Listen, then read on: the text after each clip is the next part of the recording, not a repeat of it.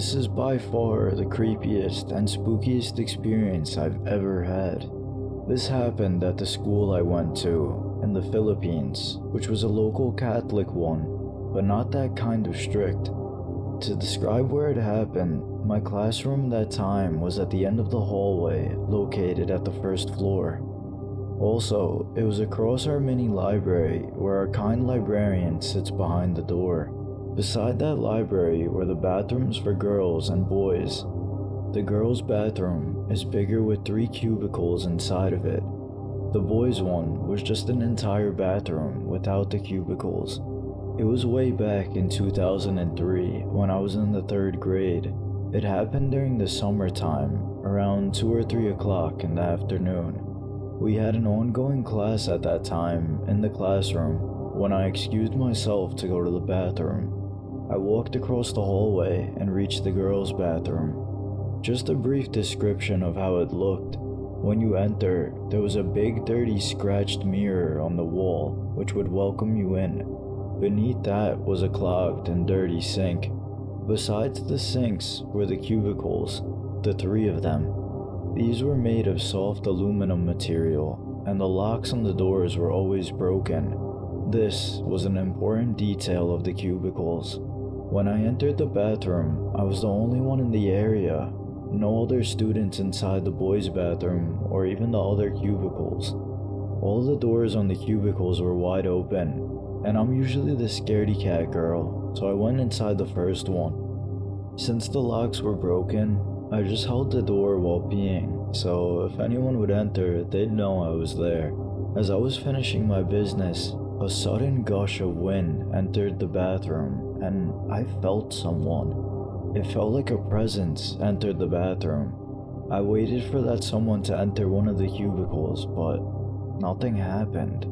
I was clueless, and I didn't think of it as a ghost at first, but I heard the faucet in the 3rd cubicle open, and the water started flowing. I, without thinking too much, peeped below the cubicles.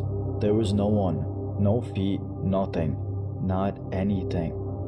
All I saw was water flowing, and I freaked out too much, so I hurriedly fixed my uniform. When I was trying to open the door, it wouldn't budge. Remember, the lock was broken, so just a little touch would help it open, but it was not moving at all. I was so hysterical that I went punching the door so it had dents in it. I was screaming, crying, and genuinely scared. I tried kicking the door, but it just wouldn't move. After screaming louder, my throat was getting sore until my teacher and the librarian hurriedly went to me. They heard me screaming and ran to my aid, opening the door, mind you, without any force. I was dumbfounded, and they asked me what happened, so I told them everything. They just stared at each other and gave me a faint but worried laugh and helped me get back to class. It was the scariest feeling I'd ever felt because I felt so helpless. I remember stories of other students seeing ghosts and such in that school. Some say that school was initially rice plains, where salvaged bodies would usually get thrown. So I guess that might be able to explain it if it's all true. 18 years has passed, and that memory is still as clear as a glass. I never minded going to school, but after that day, I never wanted to go back again. It was a hot summer night, and a group of friends had decided to spend the evening exploring an abandoned hospital on the outskirts of town. As they made their way through the decrepit building, they couldn't help but feel like they were being watched, but they brushed it off, thinking it was just their imaginations. As they reached the 4th floor, they heard a weird whisper. It was the sound of a child's voice, pleading for help. The group froze in fear, and one of them shone their flashlight towards the sound. There, in the corner of the room, was a small girl in a tattered white dress. The friends approached the girl, thinking that perhaps someone had abandoned their child in this hospital. But as they got closer, they realized that something was terribly wrong. The girl's skin was a sickly gray color, and her eyes were pitch black. And then, with a sudden burst of energy, the girl lunged at them. The friends tried to run, but the girl was so fast. and as they looked back, they saw she was no longer alone. A group of ghostly apparitions had appeared, and they were chasing after the friends with vengeance in their eyes. The group ran for what felt like hours, but they couldn't shake their pursuers, and then suddenly, they saw a bright light at the end of the hallway. They ran towards it, hoping that it would lead them to safety. As they burst through the door, they found themselves outside the hospital again. They turned back to look at the building, and in the darkness, there was no one there anymore. Upon investigating the area a little longer outside, they discovered an old, deserted playground. The friends never spoke of that night again, but they knew that they'd come face to face with something paranormal, and they knew that they would never venture inside of an abandoned building again. When I was maybe 4 years old, my family, me, mom, dad, and 2 older brothers, lived in a trailer. A single wide, 1 bedroom on each side, with a living room, kitchen, and bath in the middle. I only have 1 memory from that trailer. A little backstory about me and my dad. He would often wake up in the middle of the night and have trouble getting back to sleep. He'd have a bowl of cereal and read a book to help him go back to sleep. Sometimes he would whistle. He was really good at whistling, and I would wake up sometimes in the middle of the night to hear him.